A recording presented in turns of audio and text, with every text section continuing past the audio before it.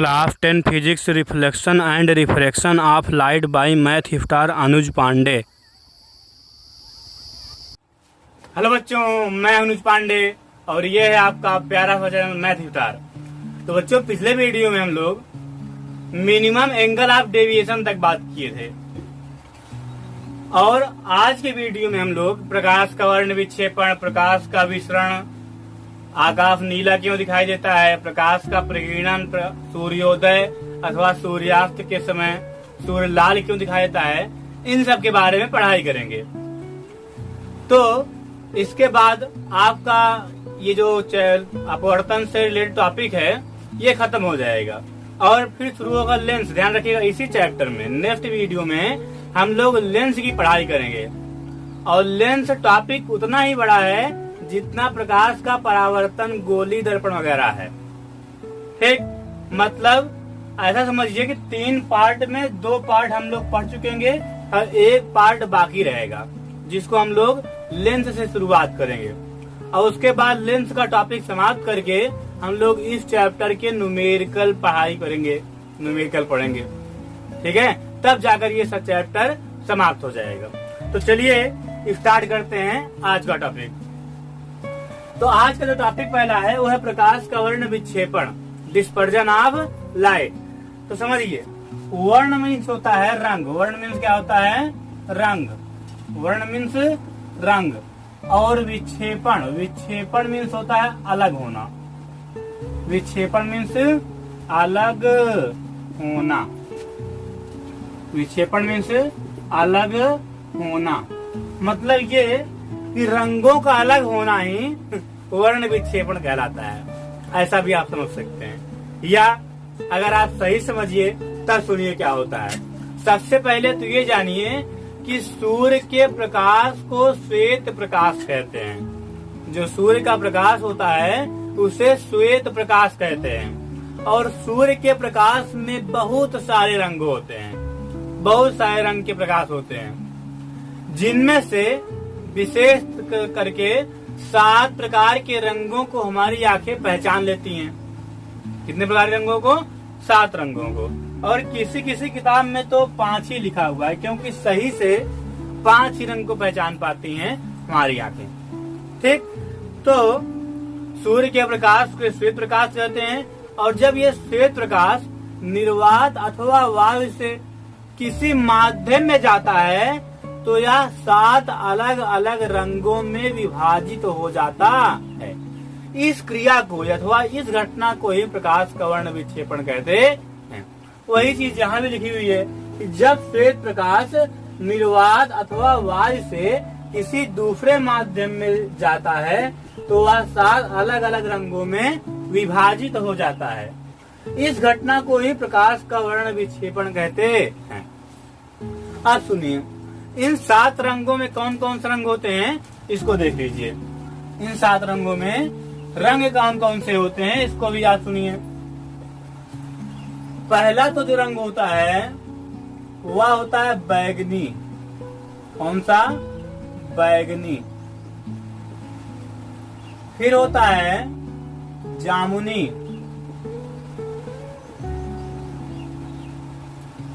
फिर होता है नीला। फिर होता है हरा, पीला,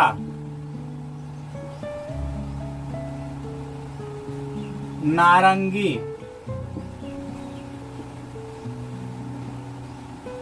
और फिर लाल। 7 हुए कि नहीं हुए? देखिए तो 1 2 3 4 5 6 7 7 रंग हो गए। इसकी इंग्लिश क्या होगी? इंडिगो। इंडिगो वायलेट, वायलेट होगी इसकी इंग्लिश, वायलेट। इसकी इंग्लिश क्या होगी? इंडिगो। क्या होगी? इंडिगो। इसकी इंग्लिश क्या होगी? ब्लू। इसकी इंग्लिश क्या होगी? ग्रीन। इसकी इंग्लिश क्या होगी? येलो। इसकी इंग्लिश क्या होगी? ऑरेंज। इसकी इंग्लिश होती है रेड। ये तो सभी जानते हैं, बच्चा बच्चा जानता है। ठीक, अब सुनिए, अब ये जो घटना होती है, अगर इसके फिगर की हम बात करें तो फिगर कुछ इस तरह होता है। सुनिए, मान लीजिए कि ऊपर निर्वात है और नीचे इस लाइन के नीचे जो है वो है सघन माध्यम। कोई माध्यम है, निर्वात से तो सघन ही होगा। अगर कोई माध्यम लोगे तो वह निर्वात से तो सघन ही होगा ना, वही बात। चलिए फिगर से हम समझ लेते हैं कि वर्ण विक्षेपण होता क्या है। फील होना चाहिए भाई, आपको फील आना चाहिए कि कैसे क्या होता है। ठीक, चलिए तो इसमें सबसे पहले हम क्या कर रहे हैं, एक नॉर्मल डाल दे रहे हैं, एक अभिलंब। क्या डाल दिए? अभिलंब, नॉर्मल। क्या डाल दिए? नॉर्मल। नॉर्मल मीन्स क्या होगा? अभिलंब, जो कि तल से 90 डिग्री एंगल बना है, वही क्या है? अभिलंब। अब सुनिए, अब मान लीजिए यहाँ से एक श्वेत प्रकाश अर्थात सूर्य का प्रकाश जो है ऐसे आया, ये ऐसे, ये हो जाएगा आपतन कोण। ठीक, क्योंकि ये आ रहा है तो दूसरे माध्यम में जाएगा। तो जब दूसरे माध्यम में ये किरण जाएगी, ये वाली, जब ये किरण दूसरे माध्यम में जाएगी तो क्या होगा? अभिलंब की ओर झुक जाएगी। क्यों? क्योंकि विरल से सघन में जा रही है। ऊपर क्या है? वैक्यूम मान लेते हैं। ऊपर वैक्यूम या आप वायु भी मान सकते हो, एयर, क्योंकि वैक्यूम और एयर में ज्यादा डिफरेंस नहीं होता है। ठीक, तो हम वैक्यूम मान लिया तो आप एयर भी मान सकते हो। अब क्या होगा, ये जो श्वेत प्रकाश है, ध्यान रखिएगा, ये क्या है? श्वेत प्रकाश मतलब सूर्य का प्रकाश। कौन सा प्रकाश है? सूर्य का प्रकाश। तो सूर्य का प्रकाश किसी दूसरे माध्यम में जाएगा तो वह 7 अलग अलग रंगों में विभाजित हो जाए। कैसे? सुनिए, ये सैन, सैन, सैन, ये सब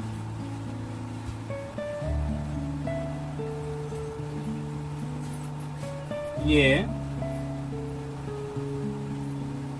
इस तरह से 7 हो गए नहीं, 1 2 3 4 5 6 7 7 रंग हो गए। ध्यान दीजिए, ये क्या है? ये है बैगनी। ध्यान रखिएगा, अभी बता रहे हैं इसको हम बैगनी क्यों बोल रहे हैं। सबसे पहले वाले को बैगनी के बाद इंडिगो, फिर ब्लू, फिर ग्रीन, फिर येलो, फिर ऑरेंज, फिर रेड। इस तरह से है ये, अर्थात विबग्योर, ऐसे भी आप याद कर सकते हो उसको, विबग्योर।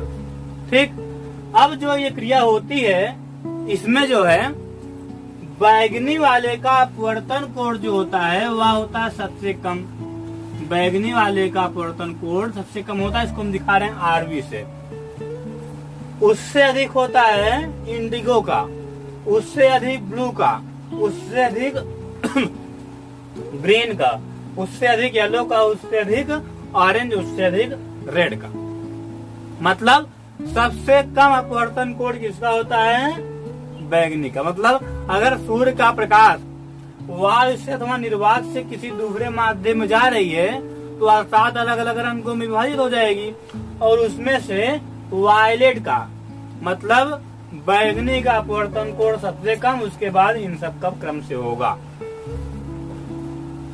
क्यों? सुनिए, क्योंकि अपवर्तन कोण जो है ये प्रकाश के रंग पर, अर्थात हम ये भी कह सकते हैं कि प्रकाश के तरंग दैर्ध्य पर डिपेंड करता है। जो अपवर्तन कोण है किस पर डिपेंड करता है? प्रकाश के तरंग दैर्ध्य पर। अब आइए जान लेते हैं ये तरंग दैर्ध्य होता क्या है और किस रंग का, जो 7 रंग लिखे हैं इनमें से किस रंग का तरंग दैर्ध्य कितना होता है। वैसे तो तरंग दैर्ध्य के बारे में आप लोग क्लास 9 में पढ़े हैं, आप पढ़े होंगे, फिर भी यहाँ पे आपको थोड़ा सा याद दिलाएंगे, बस थोड़ा बहुत हल्का से ये दिखाएंगे प्रकाश कैसे चलता है। तो चलिए इसको आप लोग इसको लिख करके ये फिगर बना लीजिए और उसके बाद हम चलते हैं थोड़ा से तरंग दैर्ध्य की बातें कर लेते हैं। चलिए तो इसको हम मिटा दे रहे हैं, ये खचाखच मिटा दिए इसको हम लोग, ये सटासट मिट के बोर्ड हो गया साफ, लिखने को हम हैं तैयार। ठीक, चलिए अब होता क्या है इसमें तरंग दैर्घ्य की बात की है, सुन लीजिए। तरंग तो आप जानते होंगे, तरंग तरंग क्या होती है, सुनिए। जो प्रकाश होता है ना, वह इस प्रकार चलता है, ये ऐसे कैसे चलता है, ऐसे ये। जबकि शुरू में आपको बताए थे कि प्रकाश रिज रेखी मार्ग पर चलता है। ध्यान रखिए, शुरू के चैप्टर, इस चैप्टर के शुरू में आपको बताया गया था कि प्रकाश कैसे चलता है, रिज रेखी मार्ग पर, मतलब सीधी रेखा में सीधा जाता है। और अब बता रहे हैं कि प्रकाश कैसे जाता है, ऐसे जाता है ना, इस तरह, ये ऐसे इस तरह जाता है। दोनों सही है, दोनों एक्सपेरिमेंटली देखे गए हैं। क्लास 12 में आप इसको एक्सप्लेन करके पढ़ोगे, क्लास 12 में इसको आप एक्सप्लेन बड़ा करके पढ़ोगे, ठीक। तो अभी आप जानिए इसको। अब आप ये जान गए प्रकाश ऐसे चलता है, और उसको भी मानिए गलत नहीं है कि प्रकाश सीधी रेखा में चलता है। दोनों सही है, दोनों का एक्सपेरिमेंट भी हुआ है। कुछ एक्सपेरिमेंट ऐसे हैं जो दिखाते हैं कि प्रकाश सरल रेखा में चलता है, और कुछ एक्सपेरिमेंट ऐसे हैं जो दिखाते हैं कि प्रकाश तरंग के रूप में चलता है। वो भी तरंग कैसे होगी, इस तरह की। और इस तरह की तरंग को क्या बोलते हैं, आप अच्छे से जानते होंगे, अनुप्रस्थ तरंग। अनुप्रस्थ तरंग क्या बोलते हैं, अनुप्रस्थ तरंग। अब तरंग दैर्घ्य क्या होती है, अब अगर देखें तो यहाँ से जो ऐसे चला प्रकाश, ऐसे ये इतना दूरी कवर किया ना, तो यहाँ से जब यहाँ पहुंचा तो तरंग ने एक चक्कर पूरा कर लिया। यहाँ से यहाँ जब तरंग पहुंचती है तो आधा ऊपर और आधा नीचे चक्कर पूरा कर लेती है, ठीक। और एक चक्कर पूरा करने में जितना दूरी कवर करती है तरंग, एक चक्कर पूरा करने में जितना दूरी कवर करती है उसी को ही बोलते हैं तरंग दैर्घ्य। उस दूरी को ही बोलते हैं तरंग दैर्घ्य। मतलब ये लंबाई जो होगी, इसी को क्या बोलेंगे हम लोग, तरंग दैर्घ्य। क्या बोलेंगे, तरंग दैर्घ्य। समझ में आ रहा होगा। चलिए अब आगे सुनिए आप। तो तरंग दैर्घ्य तो आप जान ही गए होंगे, तरंग दैर्घ्य को दिखाते हैं लैम्डा से, और इसका मात्रक क्या होता है, मीटर। क्लास 9 में आप अच्छे से पढ़े होंगे। अब सुनिए, किस रंग के प्रकाश का तरंग दैर्घ्य कितना होता है, इसको हम लिख रहे हैं इसमें, इसको भी आप लिखेंगे, इसको मत उतारिएगा, इसको आप कक्षा 9 में पढ़े ही होंगे, जो फिगर था वे। चलिए अब बैगनी का तरंग दैर्घ्य कितना होता है, सुनिए। पहले हम इस तरह लिख दे रहे हैं, 43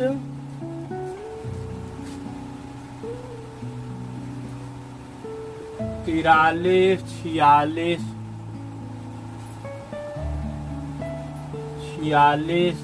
50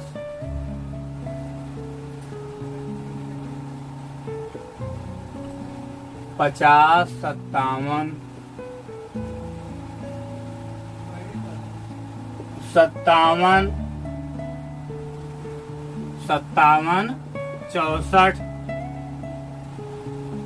64 थोड़ा रंग हो गया, थोड़ा सा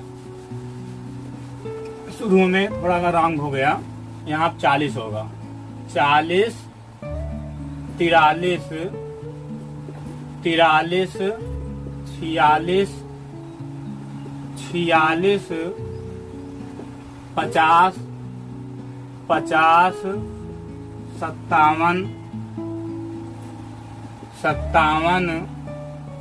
60 60 64 78। अब क्या करना है, सब में 2-2 जीरो लगा दो। कितने कितने जीरो, 2-2 जीरो। और जिस तरह हम याद किए हैं उसी तरह आप भी याद कर लीजिए, कैसे बता रहे हैं अभी आपको। चलिए ये साइन, बस लड्डू ही बनाना है, लड्डू बना के हमें खिलाना है, ठीक। चलिए तो कैसे याद करना है इसको, पहले बता देते हैं कि इसका मात्रा क्या होगा। यहाँ पे बैगनी रंग जो है उसकी तरंग दैर्घ्य होती है 4000 से 4300 एंगस्ट्रॉम। कितना? 4000 से 4300 एंगस्ट्रॉम। ठीक। और जो जामुनी कलर का रंग होता है, कलर का प्रकाश होता है, उसकी तरंग दैर्घ्य कितनी होती है? 4300 से 4600 एंगस्ट्रॉम। इसका 4600 5000 तक, ऐसे ही सब जो मतलब मात्रक लिया गया है वो एंगस्ट्रॉम में। किसमें है? एंगस्ट्रॉम। समझ आ रहा होगा। अब इसको याद कैसे करना है सुनिए। 40, 43, 43, 46, 46, 50, 50, 57, 57, 60, 60, 64, 64, 78। इस तरह से आपको इसको याद करना है। ठीक है, चलिए। और उसके बाद 2 जीरो लगा देना सब में। ये मात्रा किस में लिया गया है? एंगस्ट्रॉम। आप जानते होंगे एक एंगस्ट्रॉम इज इक्वल क्या होता है? 10 के पावर -10 मीटर। एक एंगस्ट्रॉम में इतना मीटर होता है। कितना? 10 के पावर -10 मीटर। तो अब चलते हैं हम लोग आगे। थोड़ा इसका मतलब और अच्छे समझिए। तो बैगनी रंग का तरंग दैर्घ्य कितनी होती है? 4000 से 4300 एंगस्ट्रॉम। इसका मतलब ये हुआ कि बैगनी रंग का जो प्रकाश होता है, बैगनी रंग के कलर का, वह 4000 एंगस्ट्रॉम दूरी तय करने पर एक चक्कर पूरा कर लेता है। मतलब जो बैगनी रंग ऐसे जाएगा इस तरह से, ये तो यहाँ से यहाँ तक की दूरी कितनी होगी? 4000 एंगस्ट्रॉम, या 4000 से 4300 के बीच में। ठीक। चलिए अब हम बात करते हैं आगे की। तो आप समझ गए होंगे कि जिसका तरंग दैर्घ्य सबसे कम होगा उसका अपवर्तन कोण सबसे कम होगा, और जिस रंग का तरंग दैर्घ्य सबसे ज्यादा होगा उसका अपवर्तन कोण सबसे ज्यादा होगा। अभी हम बता रहे थे ना कि लाल रंग का अपवर्तन कोण सबसे ज्यादा होता है। ठीक। लाल रंग का अपवर्तन कोण सबसे ज्यादा होता है। इसी कारण, किस कारण? इसी कारण, किस कारण? तरंग दैर्घ्य के कारण। ठीक। चलिए अब हम बात करते हैं आगे। इसको मिटा देते हैं। फिगर तो आप बना ही लिए होंगे। तो यहाँ पे एक बात और सुनिएगा। आप जानते हैं अपवर्तनांक का फार्मूला होता है n is equal sine i upon sine r. Sine i upon sine r. अब सुनिए, अपवर्तन कोण बैगनी रंग का सबसे कम होता है, और जिसका अपवर्तन कोण सबसे कम उसका अपवर्तनांक सबसे ज्यादा। क्यों? क्योंकि इसमें साइन आई का जो मान होगा उसमें जितनी कम संख्या से, जितनी छोटी संख्या से आप भाग करोगे, n का मान उतना ही ज्यादा आएगा। इसीलिए r का मान, मतलब अपवर्तन कोण जिस रंग का सबसे कम होगा उसका अपवर्तनांक सबसे ज्यादा होगा। ठीक। मतलब क्या कि बैगनी रंग का जो अपवर्तनांक है वह सबसे ज्यादा होगा, और जो अपवर्तनांक होगा इन सातों रंग का वो किसी प्रकार से होगा। NV greater than NI greater than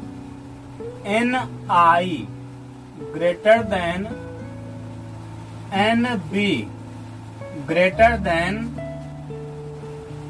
NG greater than NY greater than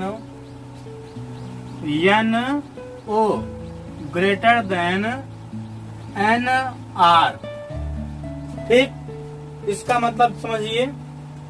इसका मतलब ये हुआ कि बैगनी रंग मतलब वायलेट का जो अपवर्तनांक है सबसे ज्यादा, उससे कम इंडिगो का, उससे कम ब्लू का, उससे कम ग्रीन का, उससे कम येलो का, उससे कम ऑरेंज, उससे कम रेड का, मतलब सबसे कम किसका होगा, रेड का।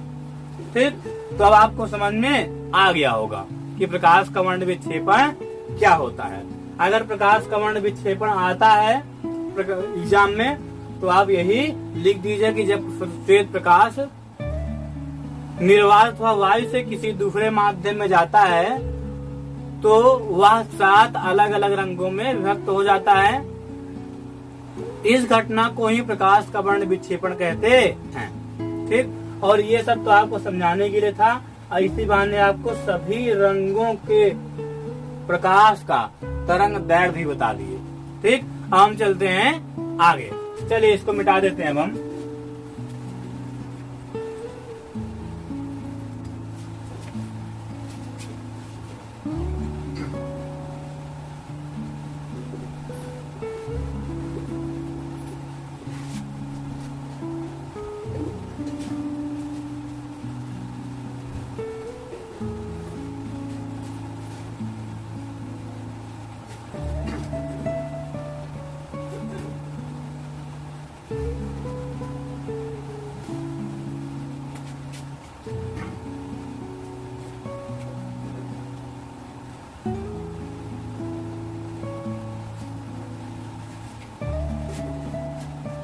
ये चलिए, तो अब हम बात करेंगे डिफ्यूजन ऑफ लाइट। तो हेडिंग कर लेते हैं डिफ्यूजन। कौन fusion? Diffusion, diffusion of light. इसकी हिंदी होती है प्रकाश का विसरण। हिंदी क्या होती है? प्रकाश का विसरण। रण विसरण। चलिए, तो अब समझते हैं प्रकाश का विसरण, डिफ्यूजन ऑफ लाइट। समझिए, मान लीजिए ये कठोर तल है। क्या तल है? कठोर। और ये रफली तल है। क्या तल है? रफली। रफली, रफली, लवली नहीं, रफली। ठीक है, रफली सरफेस। हिंदी क्या होगी? रुक्ष तल या खुरदुरा तल, समझ लीजिए। ठीक, तो खुरदुरा बना दें, ऐसे ही लग रहा है आपको चिकना, इसलिए खुरदुरा बना देते हैं इसको। तो समझ लीजिए कैसा है ये खुरदुरा। कैसा तल है? खुरदुरा। या दीवार वगैरह हो, मान लीजिए दीवार है। ठीक, क्या है? दीवार। अब इस दीवार में कोई प्रकाश की किरण, श्वेत प्रकाश समझ लीजिए, ऐसे आगे टकरा गई। कैसे टकराई? ऐसे आगे टकरा गई। अब टकराने के पश्चात ये जो प्रकाश की किरण है किसी एक निश्चित दिशा में नहीं जाएगी, बल्कि कई दिशाओं में बिखर जाएगी। कैसे? ऐसे देखिए, सैट सैट सैट सैट सैट सैट। इस प्रकार से प्रकाश की किरण कई दिशाओं में बिखर जाएगी। क्या हो जाएगी? बिखर जाएगी। इसी घटना को ही बोलते हैं प्रकाश का विसरण। इस क्रिया को ही बोलते हैं प्रकाश का विसरण। तो सुनिए इसकी डिफिनेशन क्या होगी। समझ तो गए होंगे कि जब प्रकाश की किरण किसी ठोस वस्तु के रुक्ष तल से टकराती है तो परावर्तित प्रकाश की किरणें किसी एक निश्चित दिशा में ना जाकर के विभिन्न दिशाओं में बिखर जाती हैं। इस घटना को ही प्रकाश का विसरण कहते हैं। एक बार फिर सुनिए, जब प्रकाश की किरण या जब प्रकाश किसी ठोस वस्तु के रुक्ष तल से टकराता है तो परावर्तित प्रकाश की विभिन्न किरणें किसी एक निश्चित दिशा में ना जाकर के विभिन्न दिशाओं में फैल जाती हैं। इस घटना को ही प्रकाश का विसरण कहते हैं। इसको आप लिख लीजिए और ये फिगर बना लीजिए। ठीक, और अब हम बात करते हैं प्रकाश के वर्ण विक्षेपण पे। ठीक, स्कैटरिंग ऑफ लाइट। चलिए, तो इसको हम मिटा दे रहे हैं।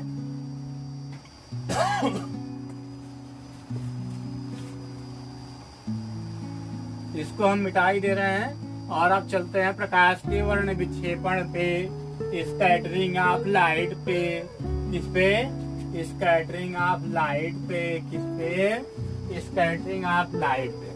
ठीक, चलिए समझिए। तो हेडिंग कर लेते हैं स्कैटरिंग ऑफ लाइट। हेडिंग क्या कर लिए?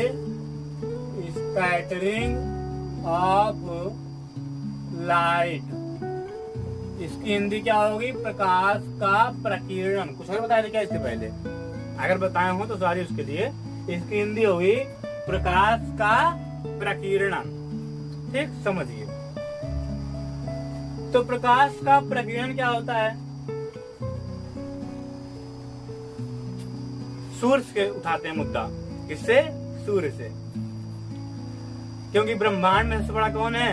सूर्य। तो सूर्य के प्रकाश आता है, जो सूर्य के पास से प्रकाश आता है, जब वह प्रकाश वायुमंडल में प्रवेश करता है। कहाँ पे? वायुमंडल में। तो उस प्रकाश में से कुछ प्रकाश को वायुमंडल के अणु अवशोषित कर लेते हैं। क्या कर लेते हैं? अवशोषित कर लेते हैं, और अवशोषित करने के बाद पुनः उत्सर्जित कर देते हैं। इस घटना को ही प्रकाश का प्रकीर्णन कहते। फिर समझिए, जब सूर्य के पास से श्वेत प्रकाश आता है तो उनमें से कुछ प्रकाश को एटमॉस्फेयर के पार्टिकल, वायुमंडल के अणु अवशोषित कर लेते हैं, मतलब ऑब्जर्व कर लेते हैं, समा लेते हैं अपने अंदर, और उसके बाद उसको उत्सर्जित कर देते हैं, निकाल देते हैं। इस घटना को ही प्रकाश का प्रकीर्णन कहते हैं। क्या कहते हैं? Scattering of light. अब इनमें से ज्यादातर अवशोषण किसका होता है? ज्यादातर अवशोषण होता है बैगनी का, जामुनी का, नीले का, हरे का। ठीक, बैगनी, जामुनी, नीले, हरे, इसका अवशोषण ज्यादा होता है। और अवशोषण होगा तो उत्सर्जन भी होगा। तो वही उत्सर्जन जब होता है तो वही प्रकाश पूरे भर में ऊपर बिखर जाता है। मतलब ऊपर ही, जैसे ही सूर्य का प्रकाश प्रवेश करता है वायुमंडल में, वैसे ही ये क्रिया प्रारंभ हो जाती है। और जब ये क्रिया प्रारंभ हो जाती है तो जो वायुमंडल के अणु होते हैं वह सूर्य के प्रकाश में से बैगनी, जामुनी, हरे, इन रंगों को अवशोषित करके उत्सर्जित कर देते हैं। इसीलिए ऊपर, मतलब आकाश का रंग नीला हो जाता है। कैसे होता है? नीला। ठीक, जिसे आप आसमानी बोलते हैं। इस आसमानी कलर में क्या क्या रंग मिला होता है? बैगनी, जामुनी, नीला, हरा, ये सब मिला होता है। हरा बहुत कम होता है। ठीक, और ज्यादातर लाल रंग धरती तक पहुंच पाता है, लैंड तक, मिट्टी तक पहुंच पाता। ठीक, जबकि बैगनी रंग का प्रकीर्णन पहले ही ऊपर ही हो जाता है। मतलब बैगनी रंग को वायुमंडल के अणु अवशोषित करके उत्सर्जित कर देते हैं। इस घटना को ही प्रकाश का प्रकीर्णन कहते हैं। अब डिफिनेशन सुनिए तो समझना होगा। अब सुनिए डिफिनेशन क्या हुई इसकी। तो अगर डिफिनेशन की बात करें तो किसी पदार्थ के अणुओं द्वारा किसी विशेष प्रकार के रंग का, किसी पदार्थ के अणुओं द्वारा किसी प्रकाश के विशेष रंग को अवशोषित करके पुनः उत्सर्जित करने की क्रिया को प्रकाश का प्रकीर्णन कहते। अब अगर हम प्रकाश के प्रकीर्णन के एग्जाम्पल की बात करें तो उसमें पहला एग्जाम्पल है गहरे स्वच्छ जल का नीले हरे रंग का दिखाई देना। अगर आप कभी स्विमिंग पूल में गए हो या कभी जाओगे तो वहाँ पे आप देखेंगे पानी को, तो पानी लगेगा कि ये हल्का नीला और हरे कलर का है, जबकि होता है रंगहीन। पानी का रंग कुछ नहीं होता है, पानी कलरलेस होता है, रंगहीन होता है, लेकिन फिर भी गहरा स्वच्छ जल नीले हरे रंग का दिखाई देता है। क्यों? प्रकाश के प्रकीर्णन के कारण। अभी इसमें से दो एग्जाम्पल को हम एक्सप्लेन भी करेंगे। अब दूसरा एग्जाम्पल क्या है?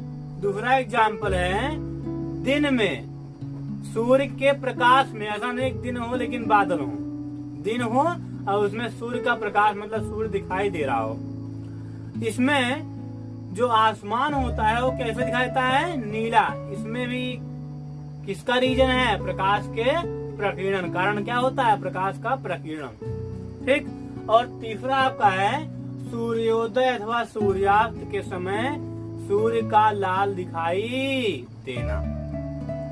ठीक।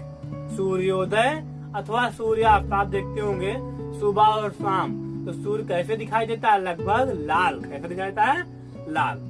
ऐसा क्यों? प्रकाश के प्रकीर्णन के कारण। अब इसमें से हम एक आध एग्जाम्पल ले लेते हैं। तो पहला एग्जाम्पल है आकाश का नीला दिखाई देना।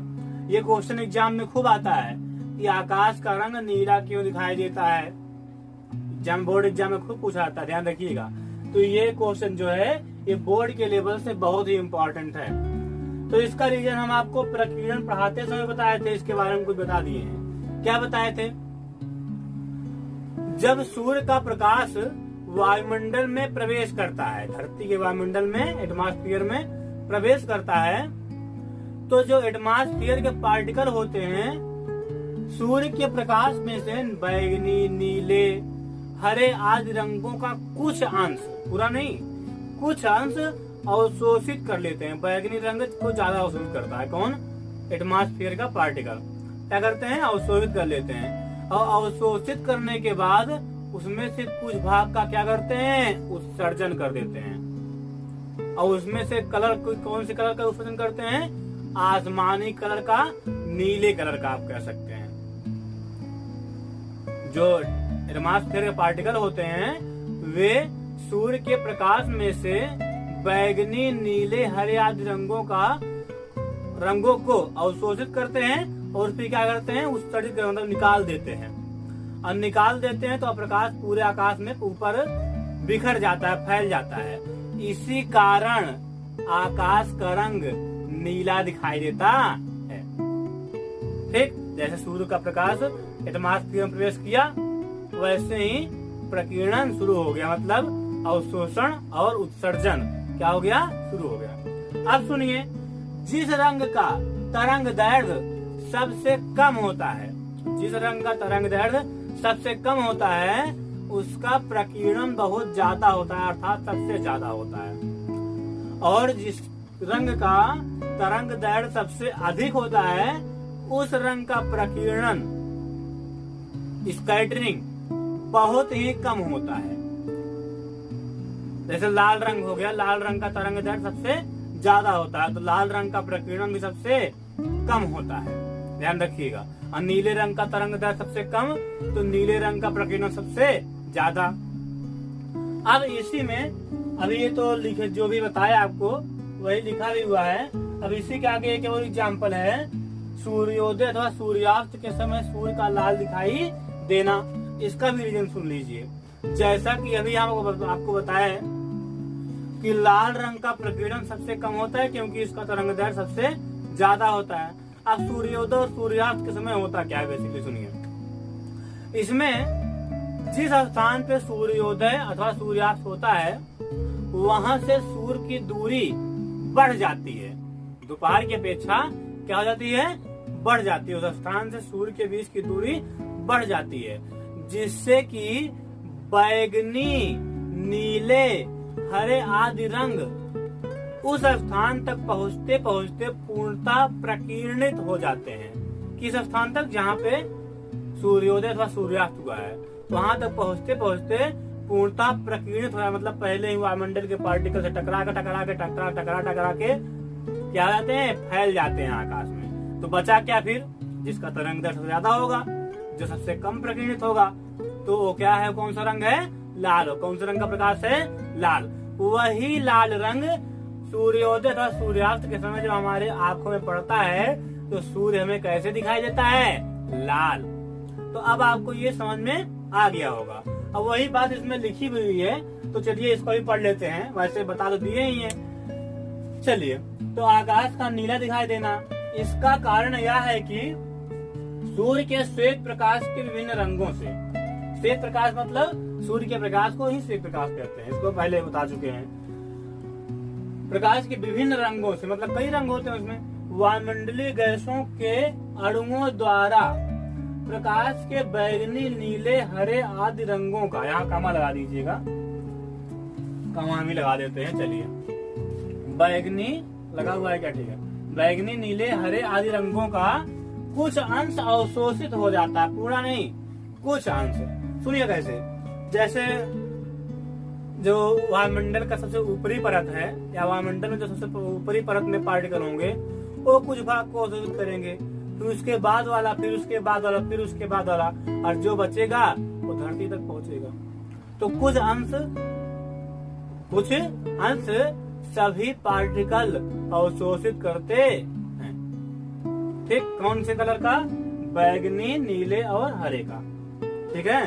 इसमें सबसे ज्यादा किसका, बैगनी का, क्योंकि बैगनी का तरंग दैर्घ्य सबसे कम। आदि रंगों का कुछ अंश अवशोषित हो जाता है, जैसा वो अभी बता रहे हैं आपको। इस अवशोषित प्रकाश की ऊर्जा में से मुख्यतः नीले अथवा आसमानी, चाहे नीला कहिए चाहे आसमानी, वही नीला रंग थोड़ा फीका पड़ जाता है, या फिर नीला रंग हो, उसमें आप पानी मिला दीजिए तो फीका हो जाएगा, तो कैसा कलर हो जाएगा, आसमानी। ठीक, तो वही कह रहा है नीले अथवा आसमानी, अर्थात नीला ही आप कह सकते हैं, नीला बैगनी में ज्यादा कोई अंतर नहीं होता। ठीक है, रंग के प्रकाश का पुनः उत्सर्जन अणुओं के चारों ओर को होता है, चारों ओर फैलता है। जैसे अणु प्रकाश को अवशोषित किया नीले रंग के प्रकाश को, तो उसमें से उत्सर्जन चारों ओर होता है। जैसे हीरा चमकता है ना, हीरा कैसे चमकता है, जैसे हीरा चमकता है उसी तरह से उत्सर्जन होता है, ध्यान रखिएगा। हीरा कैसे चमकता है इसको आपको बता रहे हैं, ये देखिए, ये हीरा देखिए चमक रहा है। ठीक, तो यही है। अब देखिए आगे,